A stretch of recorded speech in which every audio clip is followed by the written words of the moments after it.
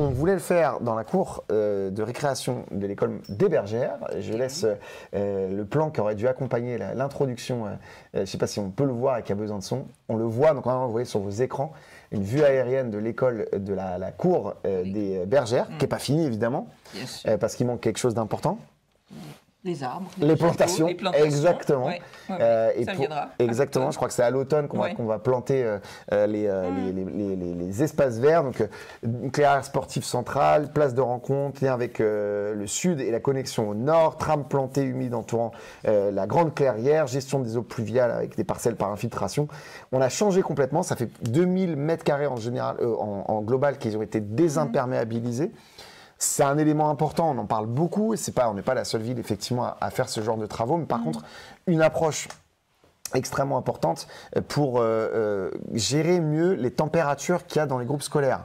Notamment quand il y a les fortes chaleurs, c'est une façon pour nous d'avoir moins de réverbération de la chaleur sur le bitume ou sur le béton, et donc du coup d'avoir des espaces un peu mieux gérés en termes de température. Puis c'est l'occasion d'avoir d'autres espaces que ceux qu'on avait, cette grande plaine. Des espaces mieux partagés par les enfants, garçons et filles. Et notamment les filles et les garçons.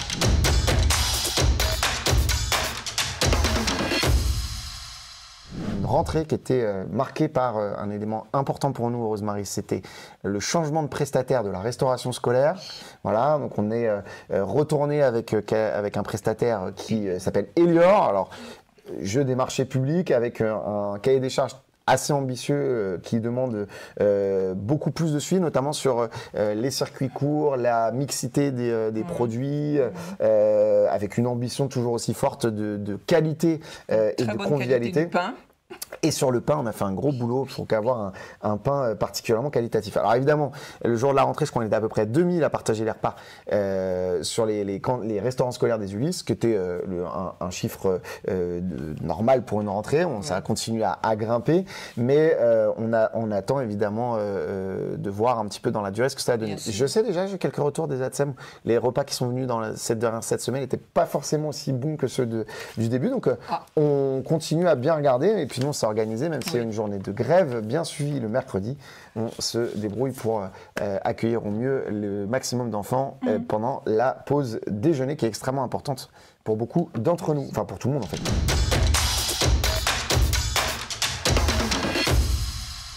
Et du coup, ce soir, on est venu pour parler d'un sujet aux Ulysses qui est éminemment important pour les habitantes et les habitants, mais aussi pour notre municipalité, et d'abord pour l'éducation nationale. Tout à fait. Puisque dans le contexte dans lequel nous nous trouvons, l'éducation nationale a décidé de faire de l'égalité entre les filles et les garçons, la promotion de l'égalité, un des sujets, des objectifs principaux.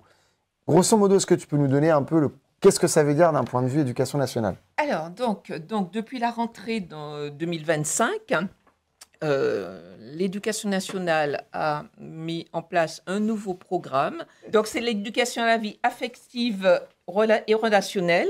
Donc c'est un programme qui est mis en place pour les élèves de la maternelle jusqu'au CM2.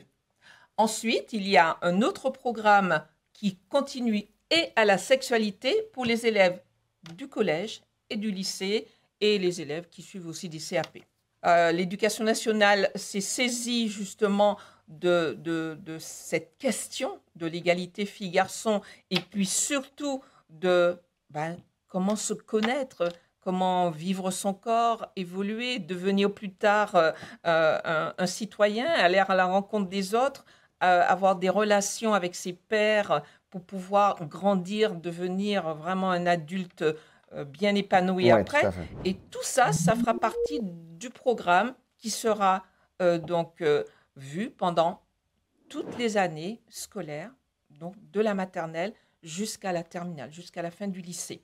Donc, ce programme va se décliner selon le niveau scolaire, la classe, en différentes... il y aura différents sujets qui sont abordés.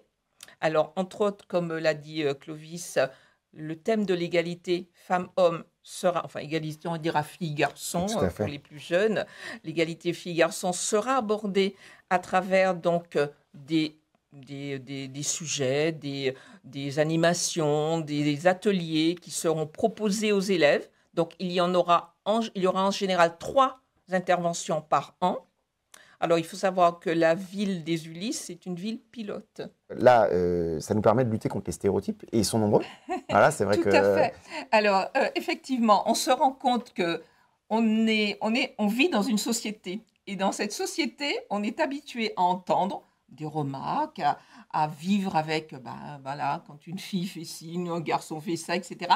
Donc, il est important quand même de faire comprendre aux enfants, donc que ce soit aux élèves et aux enfants, ben, que fille ou garçon, ben, on a aussi les mêmes droits, on peut avoir les mêmes jeux, on peut aussi grandir ensemble, partager des choses ensemble, sans pour cela faire un distinguo entre je suis un garçon, je suis une fille, je suis un garçon, je peux faire que ça.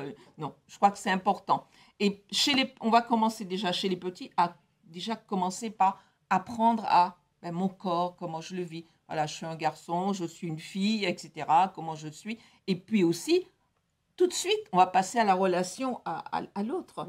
Parce qu'effectivement, pour respecter l'autre, quand on commence vraiment une vie sociale, l'école, c'est déjà socialiser les enfants. Et quand on commence une vie sociale, c'est aussi apprendre à respecter l'autre, à le connaître, donc, et puis pouvoir aussi lui reconnaître ses droits qui sont aussi les miens. C'est-à-dire, on a vraiment cette relation qui se fait à l'autre pour pouvoir apprendre mutuellement à se respecter. Si j'ai bien suivi aujourd'hui, et peut-être tu nous donneras des exemples, mais très concrètement, toute l'initiative locale que l'éducation nationale veut, enfin, pas s'approprier, parce qu'en fait, elles viennent compléter notre façon de travailler, c'est des partenariats avec associations, familles, institutions, collectivités. D'accord. Ouais. Alors, l'éducation nationale, pour l'instant, je dirais, c'est peut-être un peu critique, se garde un petit peu à elle, le champ des interventions. Ils ont besoin, ils vont travailler avec certaines associations qui sont habilitées à intervenir dans le cadre de l'école. Donc, c'est assez fermé. Donc, on a par exemple le CIDFF, hein, qui est donc le Centre d'information du droit des femmes et des familles. Et donc, ils vont d'abord sélectionner, mais ils ont prévu quand même de faire une formation, de former leurs enseignants. Donc, ça mettra sans doute du temps, parce qu'il n'est pas toujours facile d'aborder certains sujets avec des enfants, et puis surtout qu'il faut faire attention à l'âge, à la maturité des enfants. On ne peut pas aborder n'importe quel sujet. C'est pour ça que c'est très, très balisé. Quand on lit le programme EVA, il est très balisé, classe par classe, pour savoir ce qu'on doit aborder, ce qu'on devra dire. Et là, effectivement, ils vont travailler avec certains partenaires. Donc, on a aussi, par exemple, au niveau des collèges, on a les colosses au pied d'argile qui interviennent déjà justement dans le cadre de l'égalité filles-garçons, etc. Qui eux-mêmes aussi, je crois, sont habilités à faire certaines formations aussi. Alors, donc, il y aura ce côté formation, travail avec les partenaires associatifs et institutionnels. Hein. Sur la ville des Ulysses, nous avons par exemple la Maison de la Justice et du Droit qui est présente. On a aussi une association qui s'appelle Parole de Femmes. Bon, là, elle intervient à un niveau quand même un petit peu plus élevé.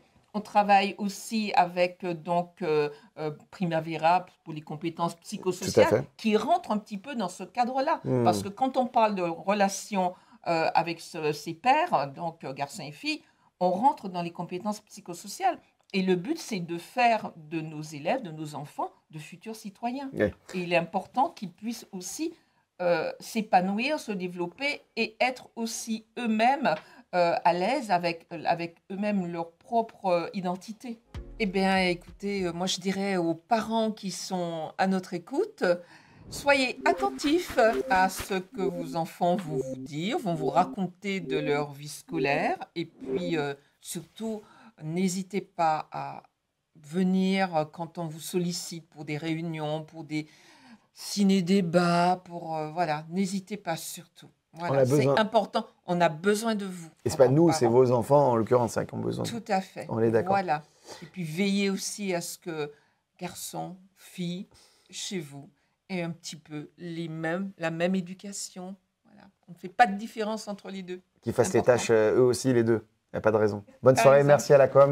À plus et prenez soin de vous.